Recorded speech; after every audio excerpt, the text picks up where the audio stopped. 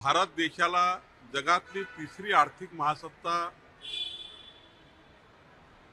आणि त्याकरता जे काम सुरू केलं आहे आणि लोकसभा निवडणुकीत जो मॅनिफेस्टो जो जाहीरनामा मोदीजींनी दिला होता तो जाहीरनामा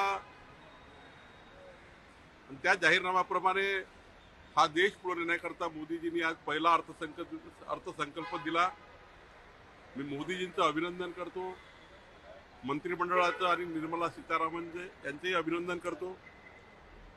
या देशाच्या आमच्या बहिणींना, शेतकरी शेतमजुरांना, प्रधानमंत्री आवास योजनेमधल्या 3 कोटी घरांना, प्रधानमंत्री सूर्यघर योजनेला, अशा विदर्भ, मराठवाडा, उत्तर महाराष्ट्राला आणि मुंबई सहित महाराष्ट्राला मेट्रो पासून तर त्या ठिकाणी रस्त्यापर्यंत, ग्रामीण रस्त्यापासून तर या महाराष्ट्राच्या विकासाचा एक मोठा संकल्प, अर्थसंकल्प मोदीजींनी दिला आहे।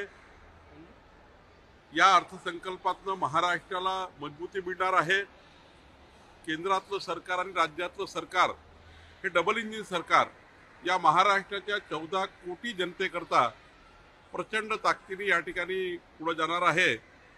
राहिला प्रश्न विरोधकाचा, विरोधक हे नेहमीच टीका करत असतात, त्यांचा भोंगा वाजतच राहणार आहे, पण त्या भोंग्याकडे बघण्याचा काही अर्थ नाही।